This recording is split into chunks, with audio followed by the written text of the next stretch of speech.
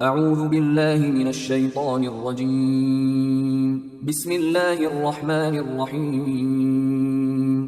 سورہ المومنون آیات نمبر 45 تا 61۔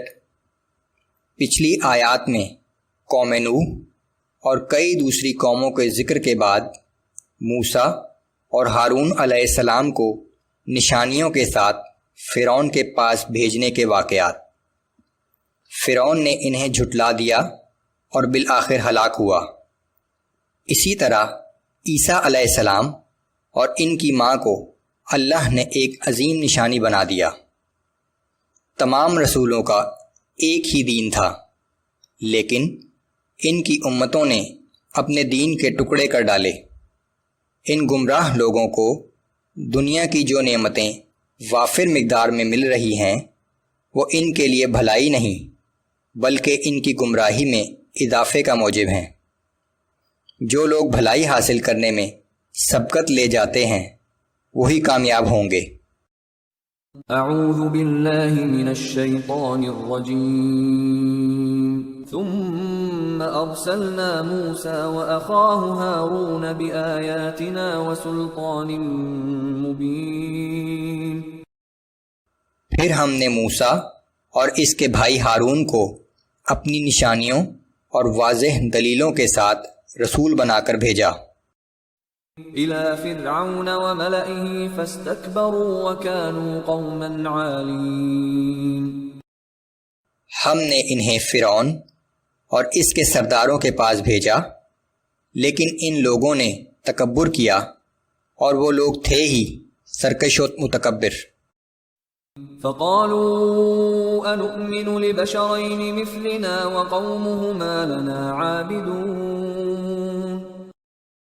وہ لوگ آپس میں کہنے لگے کہ کیا ہم اپنے ہی جیسے دو آدمیوں پر ایمان لے آئیں، اور آدمی بھی وہ جن کی قوم ہماری غلام ہے۔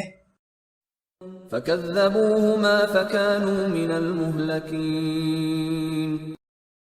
غرض انہوں نے موسیٰ علیہ السلام و ہارون علیہ السلام دونوں کو جھٹلا دیا تو انجام کار وہ بھی ہلاک ہونے والوں میں شامل ہو گئے۔ وَلَقَدْ آتَيْنَا مُوسَى الْكِتَابَ لَعَلَّهُمْ يَهْتَدُونَ۔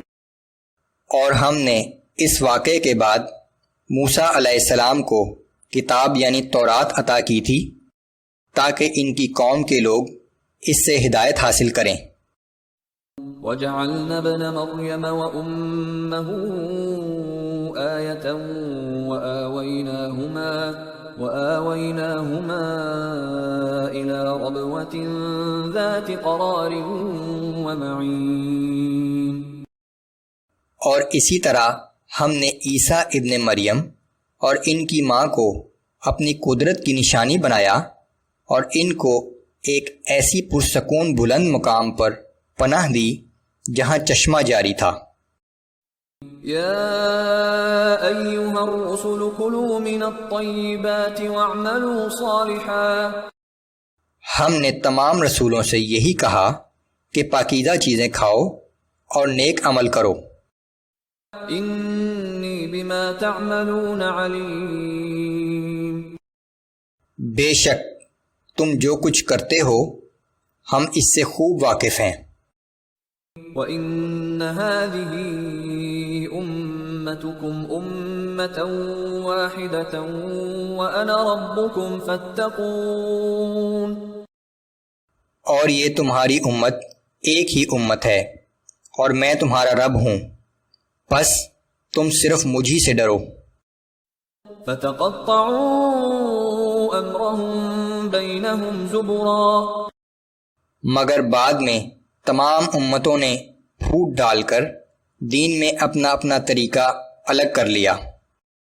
كُلُّ حِزْبٍ بِمَا لَدَيْهِمْ فَرِحُونَ۔ اب ہر گروہ کے پاس جو کچھ دین کا حصہ ہے وہ اسی میں خوش اور مگن ہے۔ فَذَرْهُمْ فِي غَمْرَتِهِمْ حَتَّى حِينٍ۔